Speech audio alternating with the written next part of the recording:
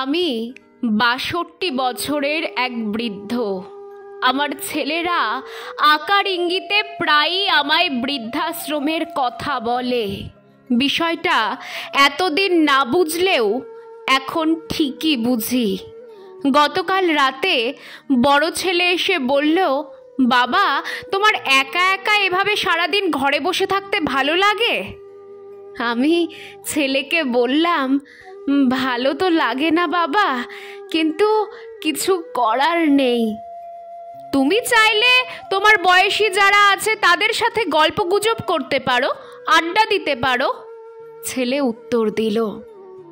আমতা আমতা করে আমি বললাম, মানে? তুমি তো বৃদ্ধাশ্রমে গিয়ে নিজের সময় কাটাতে পারো। আমি বলছি না তোমায় ওখানেই থাকতে হবে। বৃদ্ধাশ্রমের বৃদ্ধ মানুষদের সাথে মিশলে দেখবে তুমি নিজেই আমাকে বলবে যে আমাকে বৃদ্ধাশ্রমে রেখে আয়।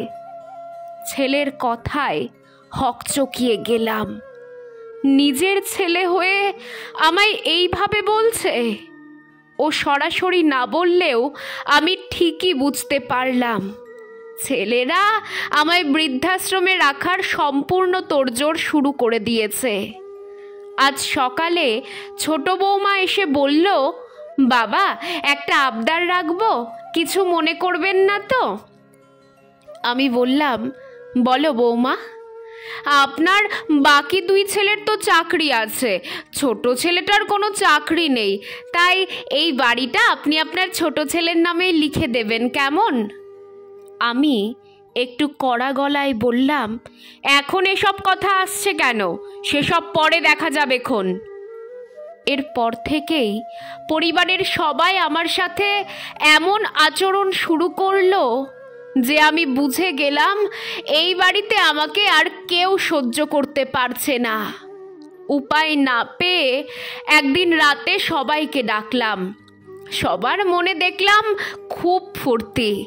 হয়তো তারা মনে মনে ভাবছে আজকেই সব সম্পত্তি তাদের নামে লিখে দিয়ে আমি কালই বৃদ্ধাশ্রমে চলে যাব। 3 ছেলে, ছেলের বউ ঘরে এসেছে। বড় ছেলে বলল, বাবা, তুমি ডেকেছো, কিছু বলবে? আমি বললাম, হ্যাঁ, বস। সবাই খুব উৎসুক হয়ে আছে আমি কি বলবো সেটা শোনার জন্য।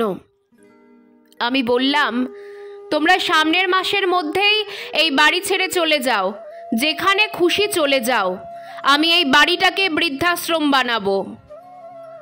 আমার কথা শুনে সবাই স্তম্ভিত। আপনারাই বলুন, বাবা হিসেবে আমি আমার ছেলেদের সাথে ঠিক কাজ করেছি কিনা? কি বলুন তো? সমাজ পরিবর্তনের সাথে সাথে ছেলে মেয়েদের মন মানসিকতা যেমন পরিবর্তন হচ্ছে, ঠিক তেমনি আমাদের মানে বাবা মায়েদেরও পরিবর্তন হওয়া খুব দরকার। না হলে শেষ বয়সে এসে বৃদ্ধাশ্রম ছাড়া কপালে আর কিচ্ছু জুটবে না।